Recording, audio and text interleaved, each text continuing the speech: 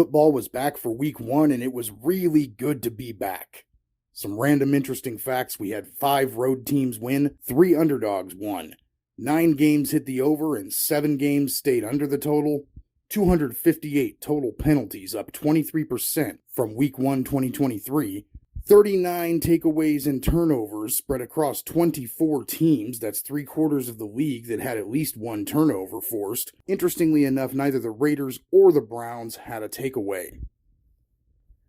Gridiron Mike's Week 1 NFL recap. Let's go. Let's get into some top 5s. Top 5 quarterbacks. Number 1, Miami's Tua Tagovailoa. 23 for 37, 9.1 yards per attempt, 338 yards and a touchdown. No interceptions, with a 101 rating in Miami's win. Number 2, the LA Rams' Mathew Stafford. 34 for 49, 6.5 yards per attempt, 317 yards, a touchdown, an interception, and a rating of 85.2 in his second homecoming loss to Detroit. Number 3, Patrick Mahomes of the Chiefs. 10.4 yards per attempt, 20 completions for 28 attempts, 291 yards, a touchdown, an interception, passer rating of 101.9. Number 4, Baker Mayfield of the Tampa Bay Buccaneers. 24 for 30, that's 80% for anybody who doesn't feel like doing the easy math. 9.6 yards per attempt, 289 yards, 4 touchdowns, 0 interceptions, and a passer rating of 146.4.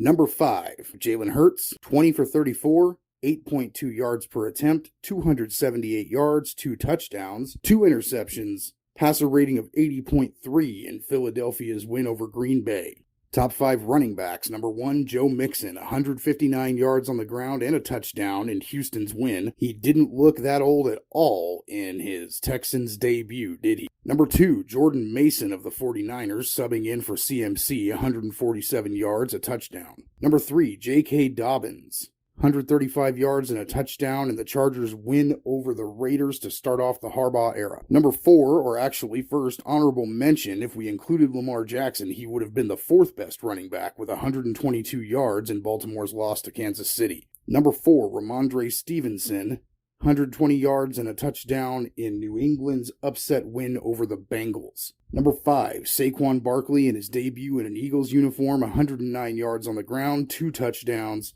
added another touchdown through the air. Top 5 wide receivers. We've got number 1, Jaden Reed, 4 receptions, 138 yards, and a touchdown in Green Bay's losing effort in the Battle of Brazil. Number 2, Tyreek Hill, 7 receptions, 130 yards, and a touchdown in Miami's win in Week 1. Number 3, Alec Pierce, 3 receptions, 125 yards, a touchdown in Indianapolis' close loss.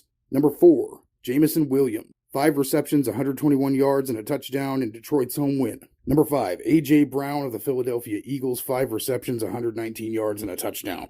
Top 5 tight ends. We've got number 1, Isaiah Likely, 9 receptions, 111 yards for Baltimore in their close loss. Added a touchdown and nearly another one. What a performance. Number 2, Brock Bowers, 6 receptions, 58 yards for Las Vegas. Number 3, Parkinson, 4 receptions, 47 yards for the Rams. Number 4, Laporta, 4 receptions, 45 yards for the Lions. And finally, number 5, Njoku, 4 receptions, 44 yards for Cleveland. The top 5 defenses. Number 1, the Titans, allowing only 148 yards and 24 points in their loss to Chicago.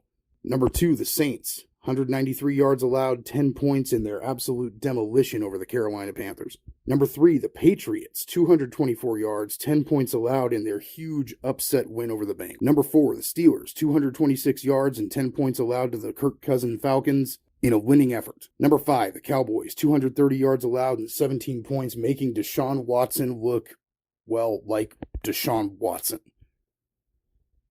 Top 5 offenses. Number 1, the Ravens, 452 total yards and 20 points in their close loss against the Kansas City Chiefs in the season opener. Number 2, the Texans, 417 yards, 29 points in their win. Number 3, the Packers, 414 yards and 29 points in their loss. Number 4, the Eagles, 410 yards, 34 points. And number 5, San Francisco 49ers, 401 yards, 32 points in their demolition of the Jets. And now on to the games. I had Baltimore winning over Kansas City, and that did not happen as Kansas City was victorious 27-20 in a thriller that should have gone to overtime but didn't. This game hit the over, and I start the season 0-1. I had Green Bay beating Philadelphia in Brazil, and that did not happen either. I start 0-2. The game also hit the over and was the highest scoring game of the week. We also saw Jordan Love injured, out for at least a month. Packers fans did not deserve that.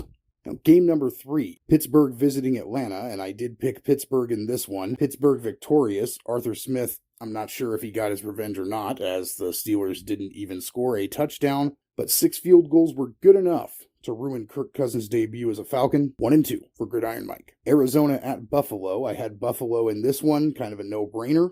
Buffalo was victorious 34-28. This game hit the over and was the second highest point total of the week. Moving on to Tennessee at Chicago. I had Chicago in this one. This one went under and was a really lackluster game for both teams, as well as for Caleb Williams' debut.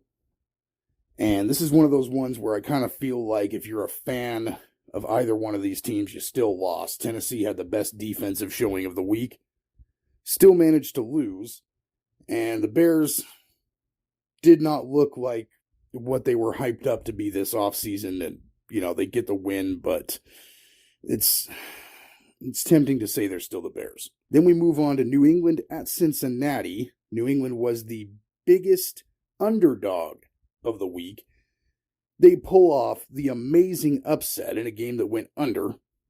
And not only did I have this one wrong, but I wonder how many people were knocked out of their survivor pools by this one game. Now we move on to Houston at Indianapolis, which ended up being the closest game of the week. Houston wins it 29-27 as this one hit the over, and I had Houston on this one. Jacksonville at Miami. Both teams struggle a bit offensively, but Miami pulls out the win 20-17. Huge showing by Tua. This one hit the under, and I was right about Miami winning this one. Next up, we have the blowout of the week, brought to you by Conair, Carolina, visiting New Orleans. New Orleans was only favored by 4. I called that out in the prediction video. This one goes way over, with New Orleans smashing Carolina 47-10. Carr is not washed up. I still think Dennis Allen might be on the hot seat, but I think everybody saw this one coming. I mean, of course I had the Saints in this one. Now we've got Minnesota visiting the New York Giants. Minnesota was one of the only road favorites, along with Houston. Darnold looked great in a win in a game that went under. And, I had the Vikings. So here we go. Nothing to see there. Giants are still the Giants, and unfortunately, they looked even worse without Saquon. Moving on to the 1 p.m. slate of Week 1, we had Las Vegas visiting the LA Chargers. Harbaugh's debut. A lot of new faces on the Chargers. I had the Raiders in this one. And, of course, the Chargers end up winning it in a game that goes under at home. Next up, we have the Denver Broncos. Bo Nix debut visiting the Seattle Seahawks. Really nothing to see here.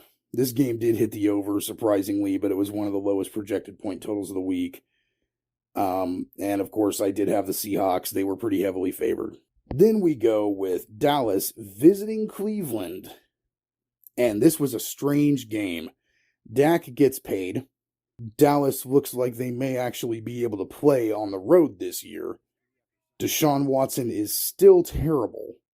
So that answers a lot of our questions from our Week 1 previews. And yeah, I was wrong on this one. I had Cleveland winning at home for a lot of the reasons that we mentioned in that video. This one went over. And I was wrong about the winner of this one as well. Dallas getting the dub. Next up, we have the Washington Commanders at Tampa Bay. I had Tampa in this one. This game went over, and Baker Mayfield was absolutely incredible. Really interesting that we get to talk about Baker Mayfield right after we talk about how terrible Deshaun Watson was. And it's kind of fitting. I'm going to throw those stats up, do a little comparison there. But yeah, we got this one right. Yeah. Next up, we had Sunday Night Football. It was an overtime thriller, another homecoming game for Matt Stafford, and apparently Stafford still can't win in Detroit.